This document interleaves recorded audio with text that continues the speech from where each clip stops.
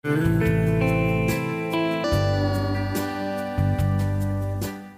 is beauty? Or more specifically, who is beautiful? What criteria do we use to define beauty? You may have heard that beauty is in the eye of the beholder, and certainly that seems to be true. Many times when we consider beauty, we think of physical characteristics. But I'm sure you've had the experience of meeting someone who glowed with that inner beauty.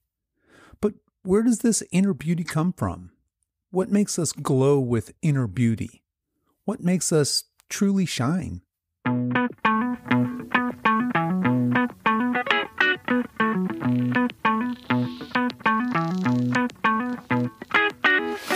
Hello and welcome to the Over 50 Health and Wellness Show.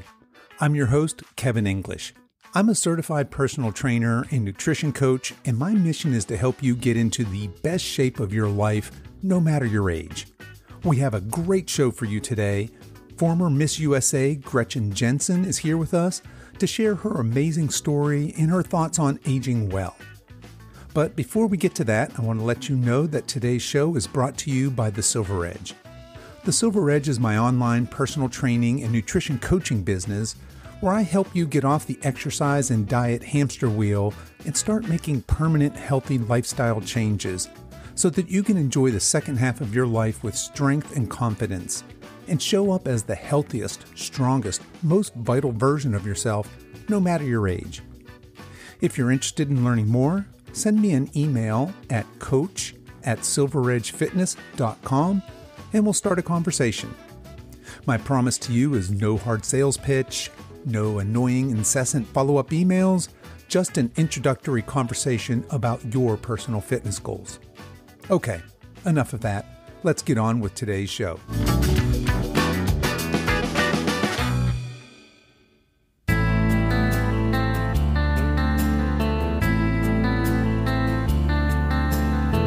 My guest today is Gretchen Jensen. Gretchen is a model, speaker, endorser, television host on ESPN, Fox, and ABC, and was Miss Texas, Miss USA, and second runner-up at Miss Universe in 1989. Today, Gretchen uses her Miss USA title as a platform to spread the message of the importance of self-love and healthy aging. Gretchen has been active her entire life, starting from when she was a child. I'm sure y'all remember, as a kid, you just open up the door and go outside. The world was your playground, really, and especially in the summer, you came in when it got dark. So yeah, I was really active. I mean, I played softball. No, I say that loosely, Kevin.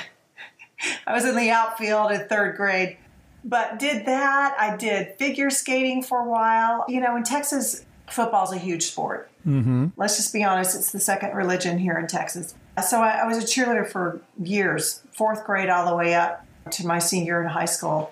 And even though now cheer is a full-on sport. They do a whole lot more than we did back then. But I did in between seasons of cheer, I did track. I loved all the field events. I did many of those. Did the hurdles, 220, 440, a couple relays. So I really liked that a lot. But then I always skied in the winter. As far as like going to the gym growing up, no, didn't do that. My dad did.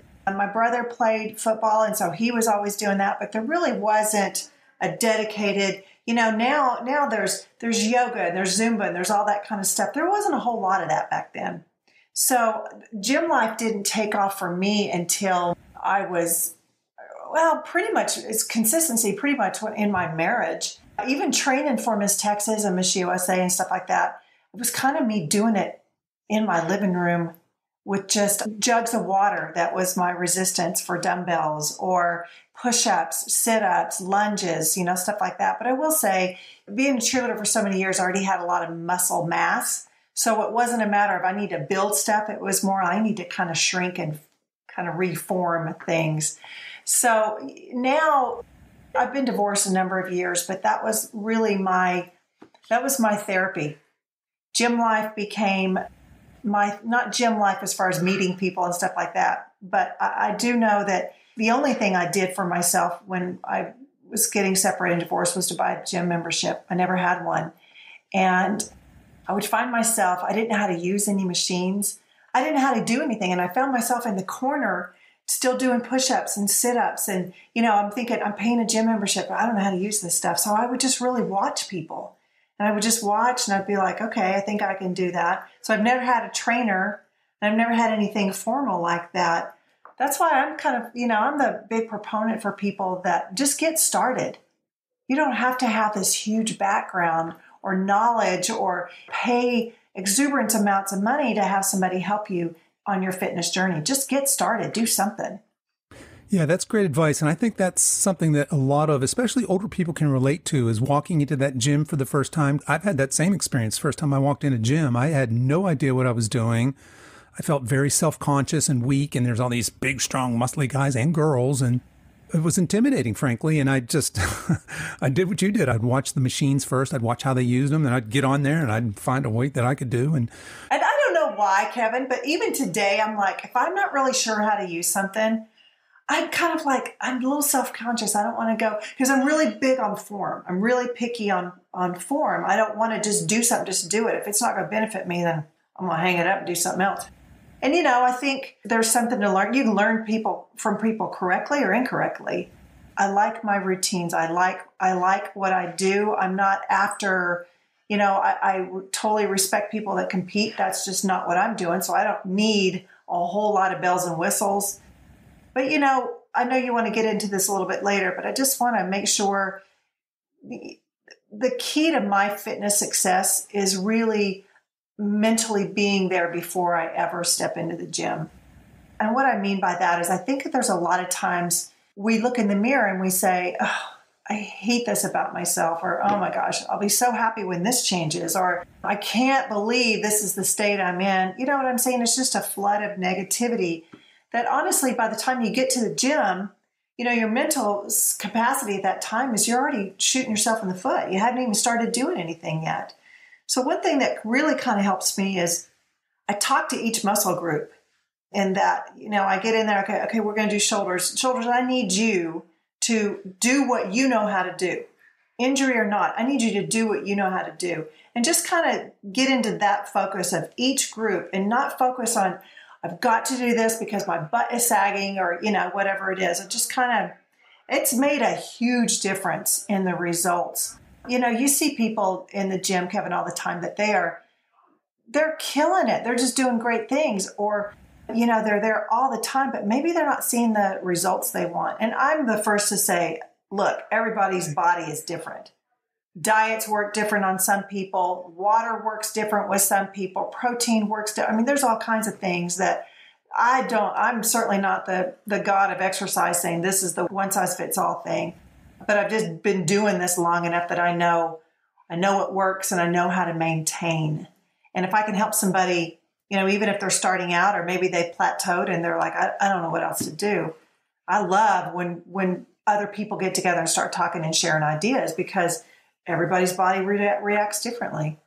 Yeah, absolutely. And I love how you put that mindset at the foundation of fitness. And I think that's an important piece. And I do want to come back to that. But let's back up in your story here a little bit, because we skipped over a whole bunch. So, you want to talk about third grade softball? Okay. Well, maybe not third grade softball in the outfield there. But so it sounds like you had a very active childhood, right? You were playing the softball, you were skiing, you were skating and cheer. You did some track events. So very well-rounded. But when did you first get into pageants? I actually did a pageant on a dare. At the time, Texas kind of has always been a really big pageant state.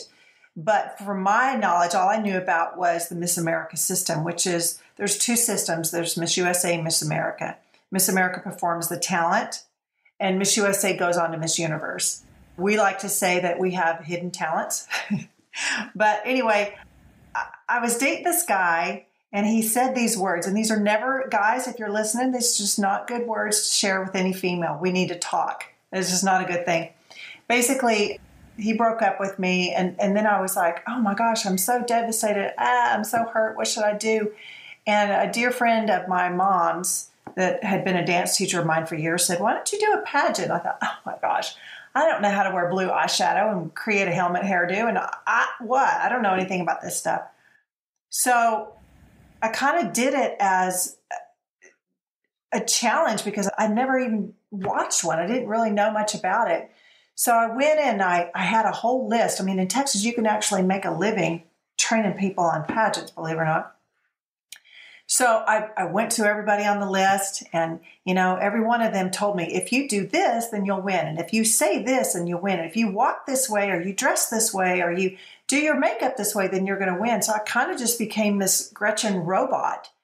Wasn't me at all, And so I thought, okay, I am more prepared than ever. And I'm going to win this thing. And I went in and finished out second runner up and I was devastated. Because I'm a competitor and, that I didn't do all this to finish out in second place.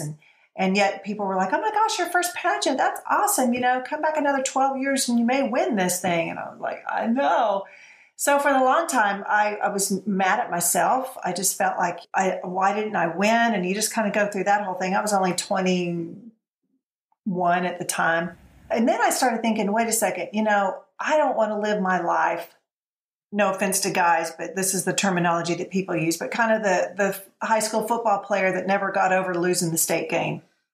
And so I just thought, I'm going to go back and I'm not going to go to all these quote experts who are great in their field, but I need to be myself.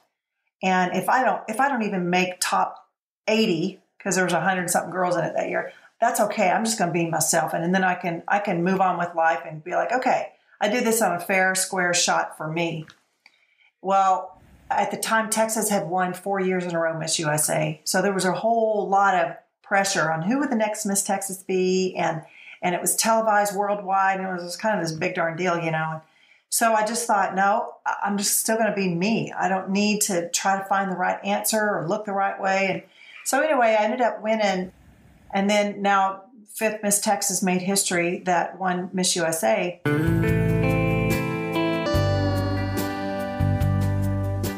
Okay, so Gretchen gets her heart broken and then, almost on a lark, decides to enter the Miss Texas beauty pageant. When I asked her about this experience, I honestly expected her to tell me a story similar to the TV show Toddlers and Tiaras, which, to be honest, is pretty much the extent of my experience with beauty pageants.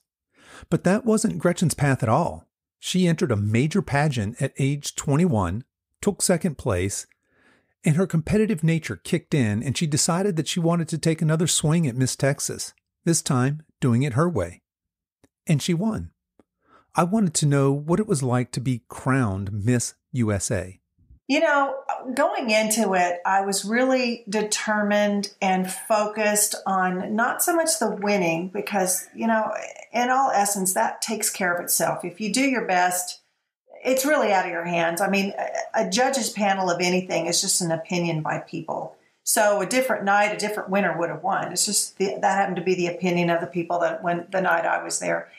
But I was really more concerned that I wanted to make sure that coming in from Texas, that the press wants to know, what does the new Miss Texas look like? And can she win again? And that makes all the other contestants from different states kind of feel like, hey, what about me? Hey, I'm having the same shot at this as she is. And ironically, my 2 state directors said, Gretchen, we have a philosophy that we're going to try out on you. I thought, oh, great. We want you to really just be really low key, don't wear makeup, don't do your hair. I want you to wear these real basic type clothes. Now keep in mind when you're there, and we're there for a month, it's a lot of press, it's a lot of events, it's a lot of rehearsal, but it's a whole lot of publicity in the city. And everybody wants to know, what does the new Miss Texas look like? Will she continue this streak? Well, now they have me showing up in pregnancy looking dresses, and the paper quoted the next day, Miss Texas, a dog, no way will she win. And this went on for a whole month. The Wall Street Journal quoted 1,000,000 to 1 odds that Texas will win this again. So the philosophy was, let's just put you on the down low until the last week of competition when it really matters. And then you can plug in the curling iron and put some heels on, all that kind of stuff. And, then you're supposed to psych your competition out. Well, at that time, I was making friends with everybody. I wasn't trying to psych anybody out. So I wanted to go in there and have a really good time. Of course, I wanted to win for many reasons, but I really wanted to not be that type, because again, I hadn't been in pageants. I didn't know much about them. I didn't want to be that competitor that is cutting dresses and sabotaging other contestants. I wanted to make some good friends. And, thank goodness now for social media, I am still in contact with many, many, many of these cute gals that we were all in that same class that year. But, they call your name out for top 10. It goes really fast. It really goes fast. It's live TV and it goes really fast. Call your name out for top 10. And, that's like your first wipe the brow. Whew, okay, made it this far. Then you start in your competition mode. You're not necessarily thinking like, I hope Miss So-and-so is okay because she didn't make top 10. You're focused. And so interview came up. Dick Clark was our MC. And I just remember I was so much taller than him. And I was actually, most of the girls were. I remember thinking like, oh, I hope he's okay. Like I'm really a lot taller than him. But did the interview and that was fine. And then, and so you're backstage and you're getting changed for the next part of the competition, which is swimsuit. And I'm thinking, wow, the hardest part's over with. Like I can't change my body right now. It is what it is, And so, I felt really good. I felt really good about my body. I get the philosophy of those that compete. As you build muscle and then you lean out, everything just sculpts right into place. And I wasn't building muscle, but I had all those years of cheer muscle on me. And then to really lean out, one of the things that I did, I'm not kidding you, I wouldn't suggest this to anybody. And this is definitely before they weighed luggage. I had cans of tuna and asparagus, and that's all I ate. We would go to fancy events and I'd pull out in my bag and ask the waiter to go open these in the kitchen. He's like, do you want me to prepare these? I'm like, nope, I'll just eat right out of a can. That is what I ate was, and I not a soda drinker or any of that kind of stuff. So my diet was all about protein, just protein. And so I was comfortable going into swim. The only problem is that by the time they got to the T's of Texas, most of the swimwear had been taken by all the other states. So the size didn't really fit me, but you got what you got kind of a thing. And then evening gown, interesting story on the evening gown. My two directors had this big party in El Paso, Texas before Miss California, who was their other girl, before we left for Miss USA. And at this party, lots and lots and lots of people, hundreds of people were there. And they made 2 of everything. They made 2 evening gowns. They made 2 interview dresses and I don't know what else. But anyway, we walked out in front of this big crowd and they were the deciding factor on should she wear this or should she wear that. So the deciding factor was, Gretchen, you're going to compete in the purple gown. Okay, great. Night before, my director shows up and he goes, I had this dream. You got to wear the white dress. Well, the white dress wasn't even finished. So I'm like, okay. So backstage was the first time I had that dress on and not sure how it was going to fit. But, my mind was so focused on I'm prepared. I know what I'm going to do. I'm not going to worry about this dress. For crying out loud. You're not technically supposed to be judged on the dress. You're supposed to be judged on your presentation of the dress. But let's be honest, we all do. And then it comes time for, they announce top 5. Now it's getting serious because I knew my competition, Miss Oklahoma, was studying to be an attorney for the hearing impaired. She was beautiful. She was intelligent, and I'm like, I'm from Texas and I sell cows and real estate. I can't compete with somebody that's an attorney for the hearing impaired. But again, I just kind of reverted back to, wait a second, this is me. I can't change my story now. I can't change me. I'm a big proponent that you can't make up something and fool people. It just doesn't work that way. So actually it came down to, she and I were standing there together before they announced the winner, and I thought she'll be an awesome Miss USA. But if by chance I win, I want to use this title the rest of my life to help people. And so when they announced my name, I remember thinking like, oh, I'm so relieved that the people of Texas are not going to be mad at me because they kind of take that serious, And so, okay, got that over with. And then I could see my whole family. They had the worst seats. They were way in the back, and I could see all of them and see how excited they were. And, it didn't really, Kevin, set in right away that I just won Miss USA from the biggest state with the most historic running record. And I now am part of that history. It took a while for me to get. And even to this day, I'm so proud of what that all meant and what I was able to do that year. What my whole career from the time I was 22 years old till now has all been about my endorsements of being Miss USA. It's been a wonderful platform for me to not only be able to work for sponsors and companies, but to be involved in communities and charities. And it's not just little girls. It's a message of be comfortable with who you are and be who you are and be yourself and get to know who you are. And, that has served me well in my life. It served me well as a mother and teaching my kids. And as far as bringing that all back to fitness, you got to be okay with where you are right now. There's always a goal. When you hit a gym or wherever you are working out, you're going to go for a run. There's always an end goal, but you've got to be okay with the here and now. If you're hating on yourself for where you are for here and now, it will slow your results down. Guarantee it will.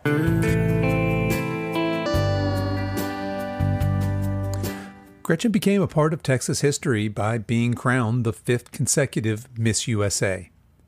And apparently, Texas does in fact take their pageant seriously.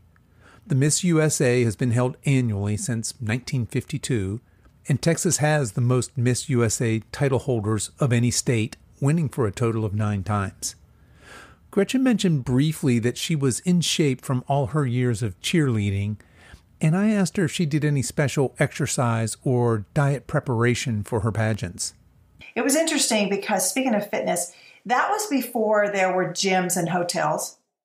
And so we're at Miss USA for a month, for 4 or 5 weeks. And a lot of girls get prepared to go to Miss USA. Their bodies look great. Their wardrobe is fitting just right. But then they get there and they put all this weight on because it's a snack haven at rehearsals. And Frito-Lay was a sponsor, so there's food everywhere. And myself and one other girl staying in the hotel, we had to ask special permission. Can we walk the stairs from the lobby to the mezzanine? Can we walk the halls? Can we, and the security was really tight. And so she said, if I sit out there, then yes, you can. Well, then before it ended, almost all 51 states were running the lobby stairs. And it was a huge media fest because they're like, all the Miss USA candidates are actually working out. We only did that because we had nothing else to do. We're doing lunges down the hallway. So winning Miss USA was interesting because I thought, are they going to give it to me or keep it from me because I'm from Texas? Am I going to have a really fair chance of winning this thing? And then I just thought, well, why am I worried about it? It's out of my hands. I have no control over it. So then won that and then went to Miss Universe, which was in Cancun.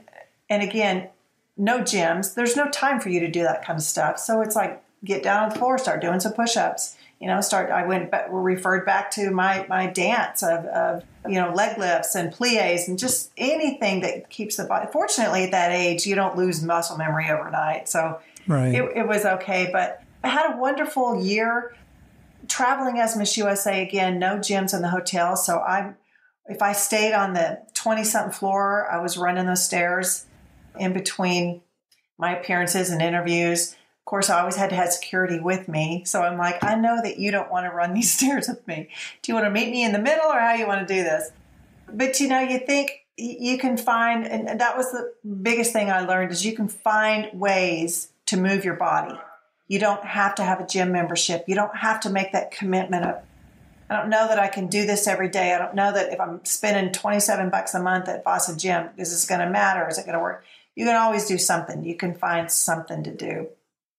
Yeah, 100%. I love that. But what an incredible story to go from your first pageant to going all the way through and being the Miss USA going on. You went on that same year, right, to Miss Universe and were runner-up there, right? Mm-hmm. Yeah, that was so much fun. You talk about a field trip. You talk about an international field trip. When you're with, I can't remember, there was probably maybe 80 countries there that it just was so fun to be around different cultures.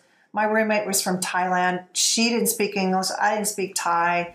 There really wasn't a whole lot of time that we were in the room together, but we always turned on cartoons. We're like laughter is a universal. Yeah. So we had cartoons on. I remember I got in trouble one time. Miss Nigeria, we were getting off the bus and we decided we were going to switch banners. So I had on Miss Nigeria and she had on Miss USA. There had not been a black Miss USA at that point. I crowned one the next year. So we got off the bus and the press went crazy. And then we had a big sit down. Y'all can't do that. You can't do that. But the gal that won was from Holland, and she and I, we talk every week. The whole pageant thing is and it doesn't mean just the winners. It means anybody that's involved in that, whether you're a local or a state within the USA or the universe system. It's a big sisterhood. And we converse many times through social media, supporting each other, happy birthdays. If people are launching new ideas or products, we're the first to really it's just been like a ginormous sorority worldwide. And you celebrate their successes and you celebrate their babies and marriages and all that kind of stuff. It's just been really a good experience. Going back, they had the 50th anniversary. I don't know how many years ago that was. And, that's kind of that's a check on your body because here's the deal. Pageant fans, they will rate you based on what you look like when you won. Okay, well, that's not fair, but it is what it is, And so to have, I don't remember how many of us, I call us formers, has-beens, whatever, in a funny way, but we were all standing, we do all these pictures and stuff together. And I looked at some of these ladies that, were from the 50s and the 60s, and they're just so classic. And yes, their body changes, but the beauty formed into something completely different. And, the thing about winning a pageant or anything like that, you get a year. You get a year to have an awesome experience.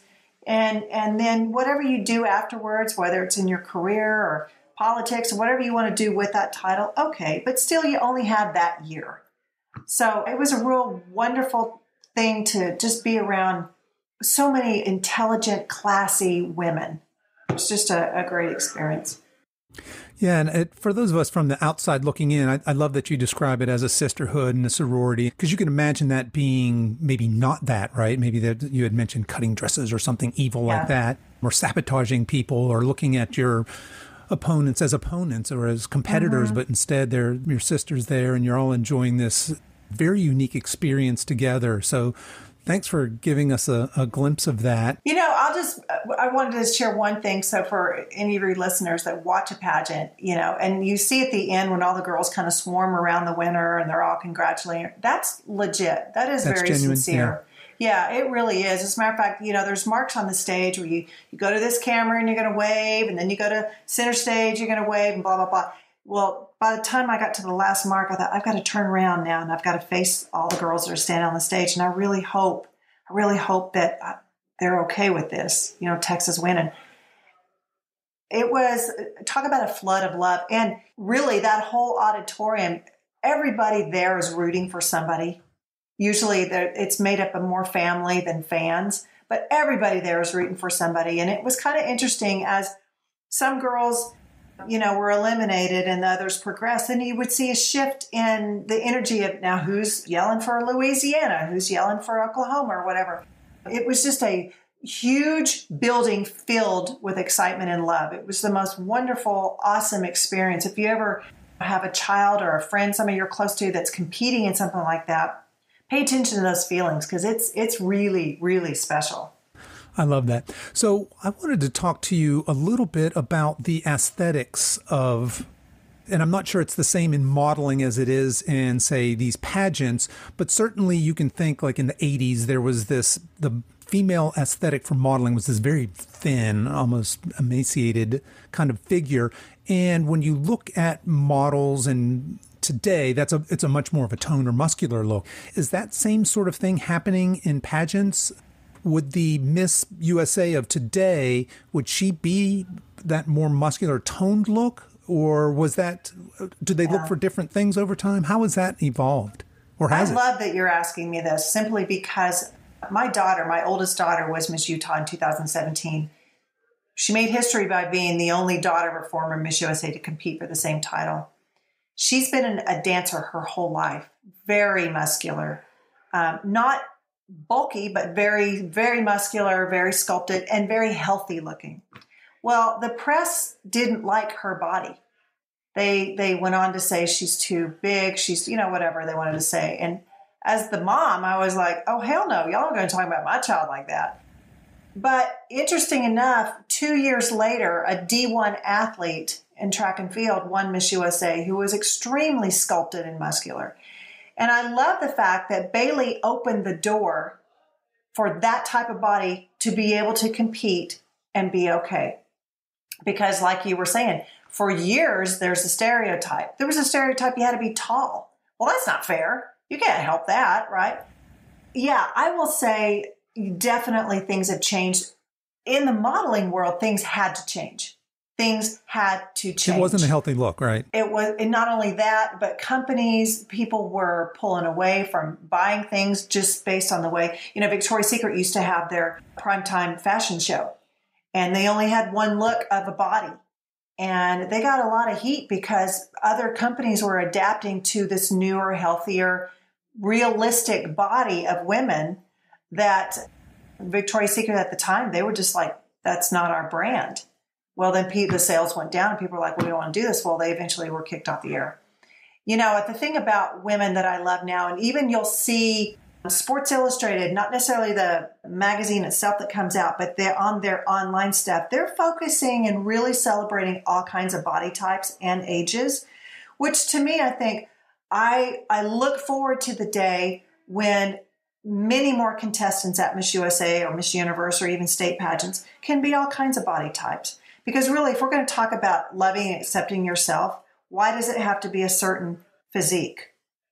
There are simply, and women, y'all understand this, there's just simply genetics involved that maybe you just can't get that look that so-and-so won and had it the year before. Your hips are this way or your thighs are this way or, whatever that might be. Even in fitness modeling, there's still a wide variety of body types. That's wonderful. It's wonderful. One of the things I never enjoyed over the years of modeling is don't tell me someone's a fitness model just because they're thin. That does not mean you're fit. Right. Just because you're skinny doesn't mean you qualify to be fit. So 100%, I really love that there's just, I know women that they would kick my butt in a Zumba or any kind of an aerobic class. Their bodies may not look like it, but they definitely got the cardio down. And I think they're fit in a different way. Why can't we all be okay with that? What happens, Kevin, in reality is it's marketing. Whatever's showing advertisement is what people tend to think that's acceptable. So finally, we're at a state where a lot of times, and it's swinging more and more, whether it's advertising with no makeup or being okay with wearing a bikini when traditionally it's been like, no, that's only safe for a certain body type. Now I think women especially are being a little more easier on themselves. This is, I can feel good about me, and let's focus on the other things that are good about me and not just freaking what dress size I am.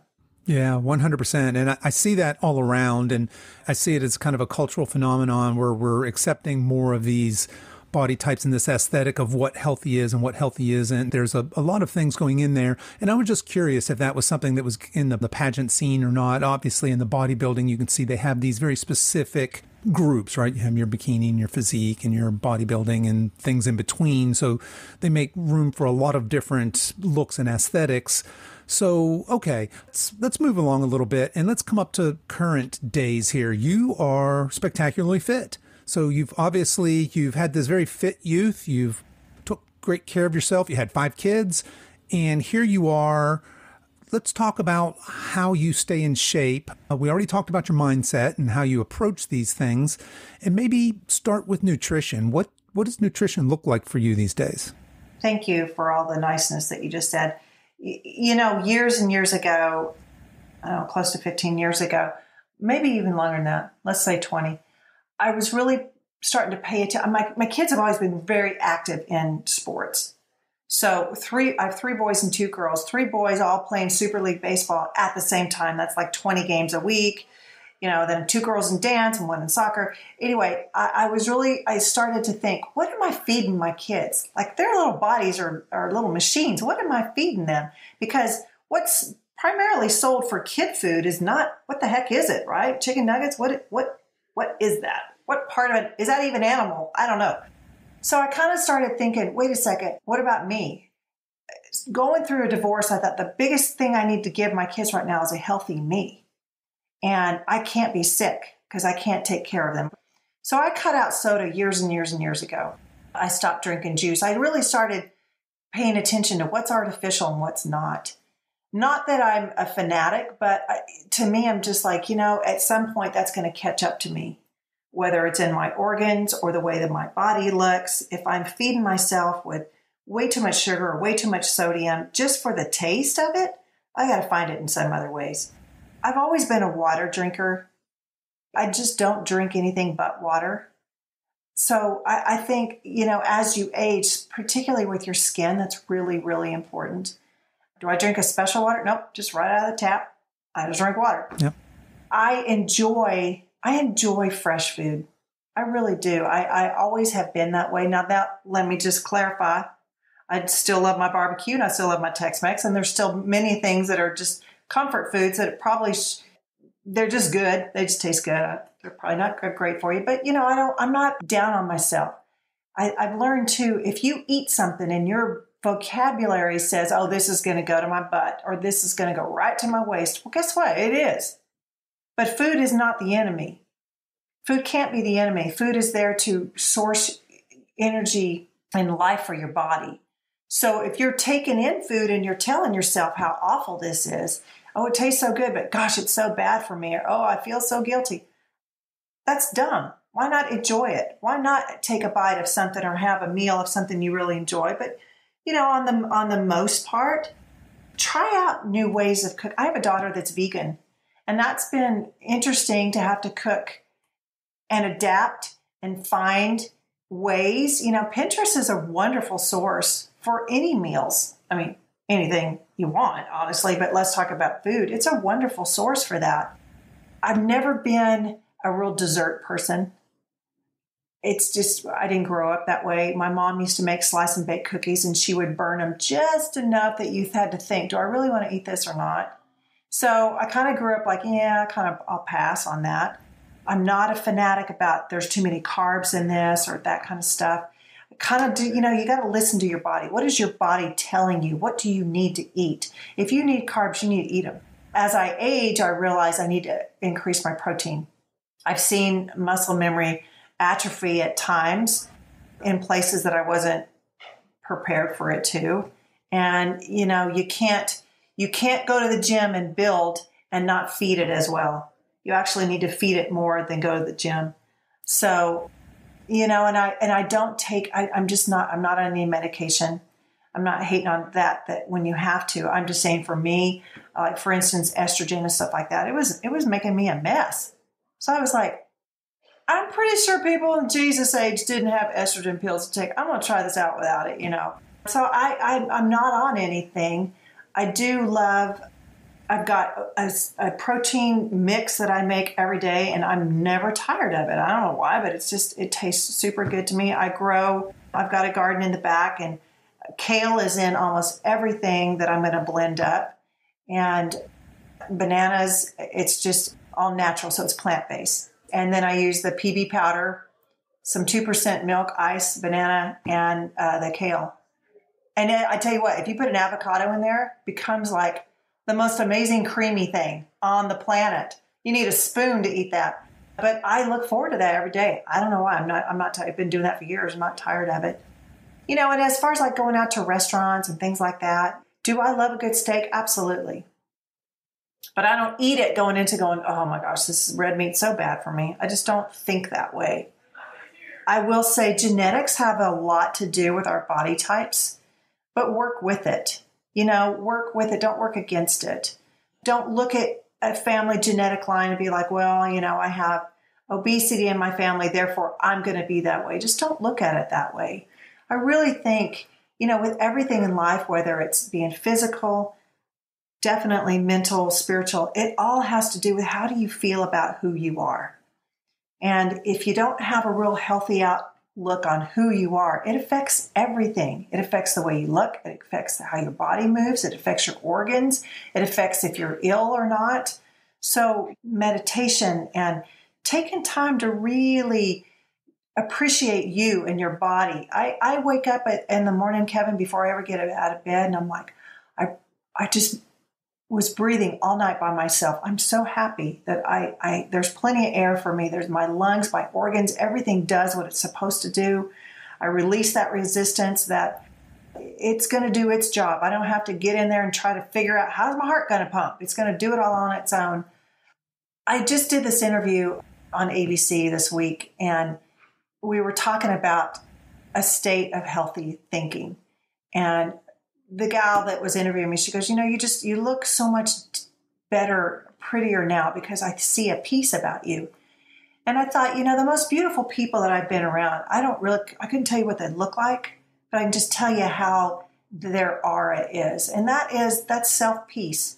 And I think, more than a body shape or a dress size, that should be the number one goal of your day.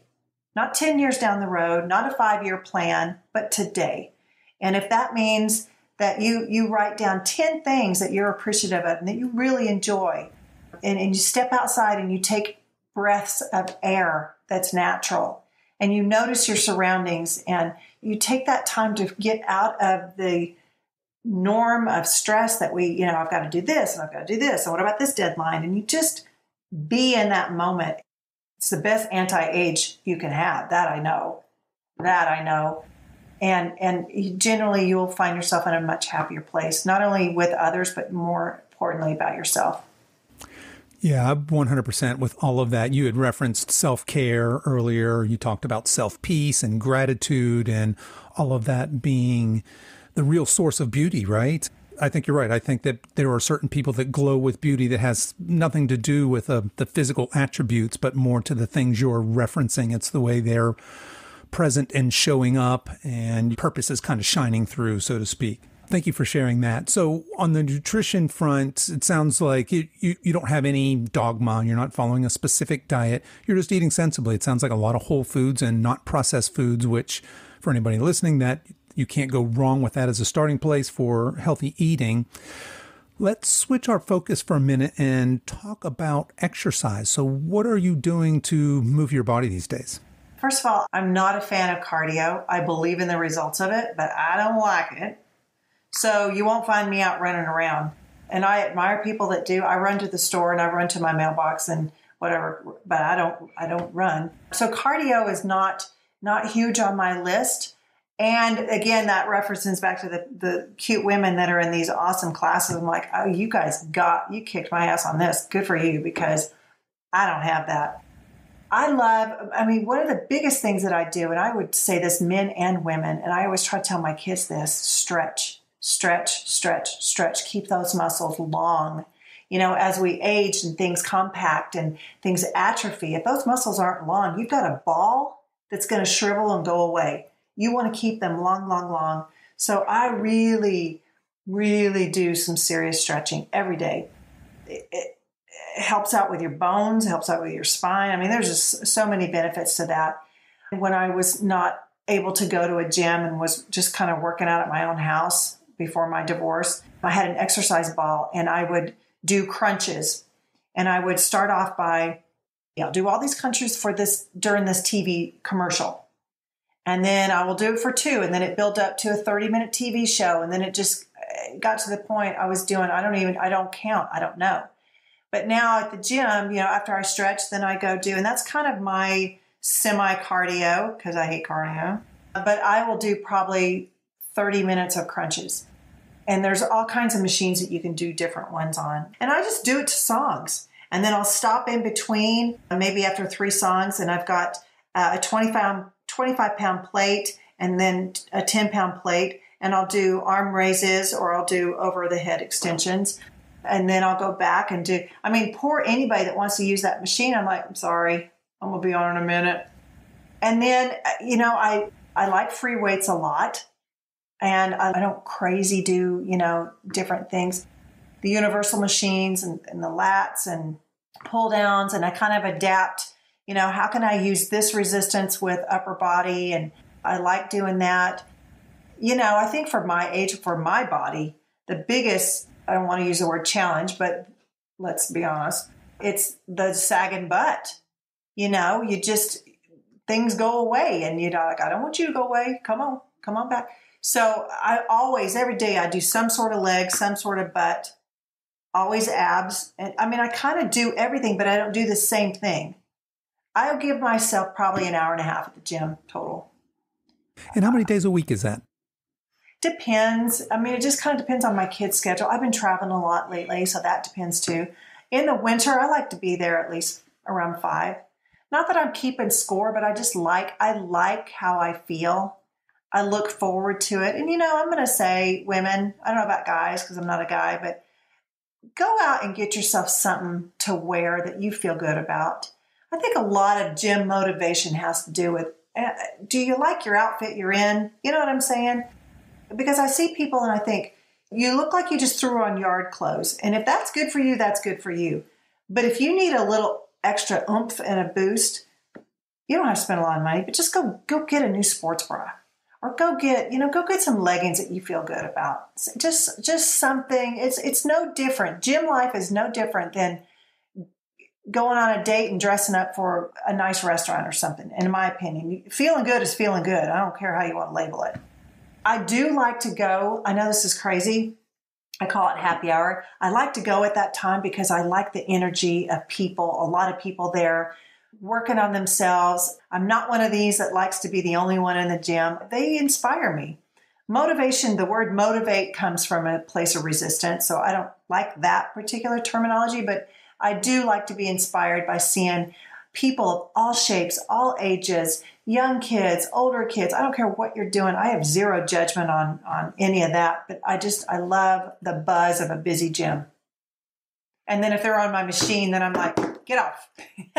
No, there's something infectious about being in a community, right, of people that are all working hard for this common goal, right, for this fitness, for this health, for improving themselves. Mm-hmm. And I'm with you on that 100%. So what advice would you give for, let's just say, a woman who's in her mid-50s listening to this and is just starting her fitness journey? What sort of general life advice would you have for her?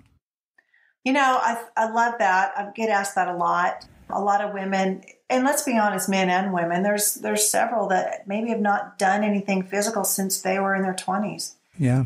And what I say right off the bat, you got to let that go. Like, stop thinking about that. You are where you are right now. And right now, the fact that you want to do something, your body's craving it. Good. Pay attention to that. Stop comparing before pregnancy body, after pregnancy body. Just don't do it. It just doesn't, we all sag. We all have long boobs after a while. There's just stuff that happens. But let's just focus on the now. If that means that you join a tennis club with a bunch of girls, great. If that means you get your neighbor and y'all go for a walk around the block, just movement.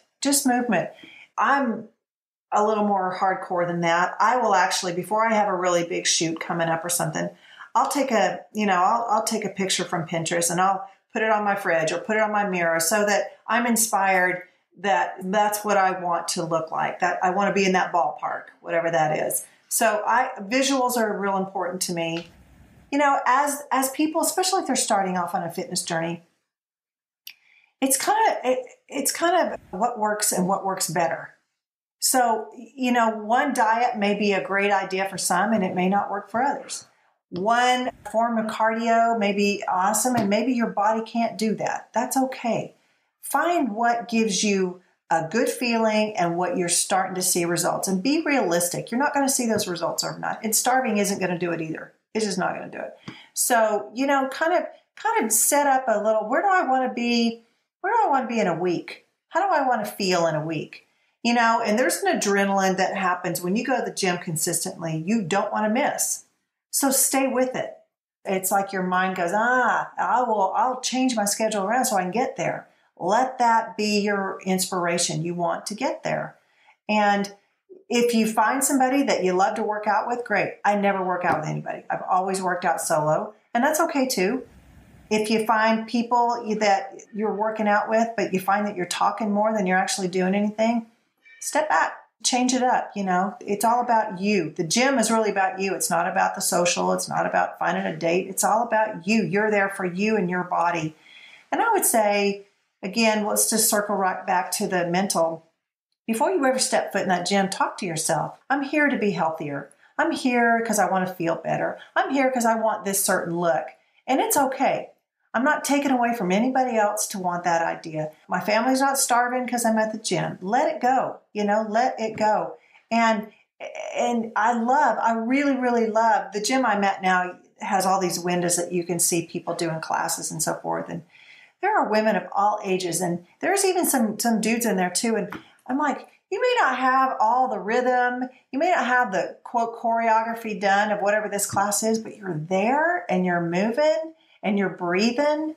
Give yourself some credit, give yourself some credit. And don't be afraid to, watch people that if you like how their body looks or you feel an inspiration, watch them, study what they're doing, study, what does this do? Or even go up and, I couldn't do this, but even go up and ask and say, can you teach me I don't know what this is. Can you show me how to do this? And I think the last thing to do is give yourself and others compliments. I love this, Kevin, to be honest. You do an exercise and the next day you feel it. I love that feeling. I love sort of being sore because it's like, wait a second, something was working. Something was moving. Something was working. Be the first to compliment yourself. Leave that gym sweaty or not sweaty and be like, hey, good on you for being here. Good. I can't wait for tomorrow. This is going to be great. You see somebody there that looks great, go tell them, hey, you're doing a fabulous job. You look amazing. I tell women that all the time because I think, I don't know how about guys, but it's kind of a disease that women have. We compare ourselves to everybody else. I don't have thighs as pretty as her, and my shoulders don't look as good as her, and we could just go down everything on the body, and just one little compliment, maybe all that person needs to be like, yeah, okay, they're seeing it. Maybe I should stick with this. Just be realistic about what's your vision of what you want. If you're trying to, be the Sports Illustrated model overnight, aren't we all? But that's not going to happen. That's just not going to happen. And just be okay with it. And if you have a spouse or a significant other that loves you just the way you are, be great with that. But it's all about you. It's not about them. How do you feel about you? How do you want to feel? How do you want to see yourself? How do you want your clothes to feel? It's all about you. It's not about somebody justifying whatever. Maybe you're like, I don't really want to go to the gym. Don't go to the gym, hon. You look just fine. No, it's all about you. Yeah, I think that's an important message too. A lot of people, I think maybe females mostly, when they think of self-care, a lot of times they're caregivers and they're hesitant to take the time to show themselves the self-love that you're talking about, to do these things for themselves. And when I hear that attitude, my response is, now hold on, who shows up as a better you? A healthy, fit, taken care of you, or somebody who is just constantly running after other people's needs, wants, wishes, etc.? You are much more likely to show up as your true, authentic self if you're practicing that self-care, that self-love, and taking that time for yourself, which is exactly what you just, I think, finished with on that thought there. So yeah, I love that 100%. Well, Gretchen, you've obviously accomplished a lot. You've had a very unique life. What's next for you? What's on the horizon? I'm working with a couple developers. We're developing a skincare line that for years, being in the modeling industry, I get how business works there. But as a woman my age, I don't want to see advertisements, particularly about skincare, that's showing me a 20-year-old. My skin ain't going to look like that anymore. So I wanted to create something that women with maturing skin can look for a way and for products that actually go, okay, I can believe this. I don't need to have a filtered picture, and I don't need to have a 20-year-old advertising Botox that doesn't need it. So we're creating this skincare line that has a philanthropic part of it too, that we're giving back to a community on a group of islands between New Zealand and Australia. So I'm really passionate about not only taking care of your body, but taking care of your skin. I think aging isn't about injecting your skin with a bunch of stuff.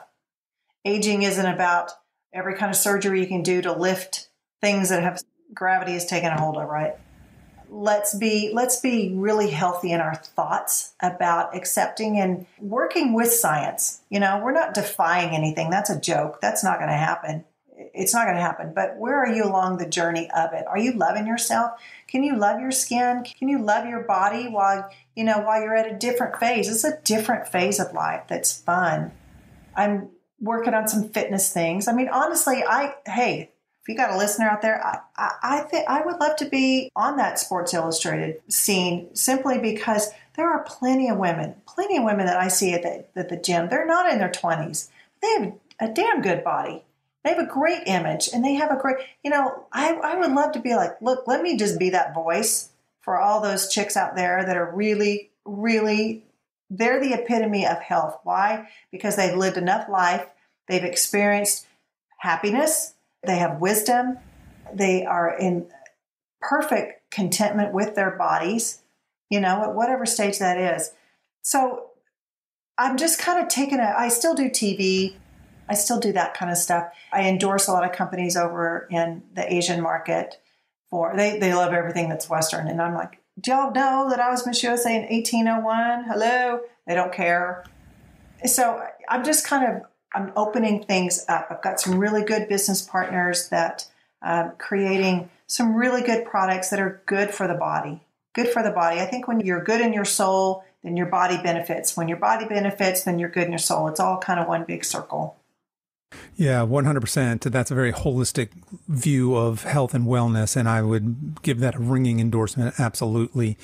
Well, Gretchen, I want to thank you so much for taking the time to come on the show and share your amazing story with us. You are truly a champion of healthy aging, and I absolutely wish you all the best in all your future endeavors. Oh, well, thank you. And thank you to all your listeners.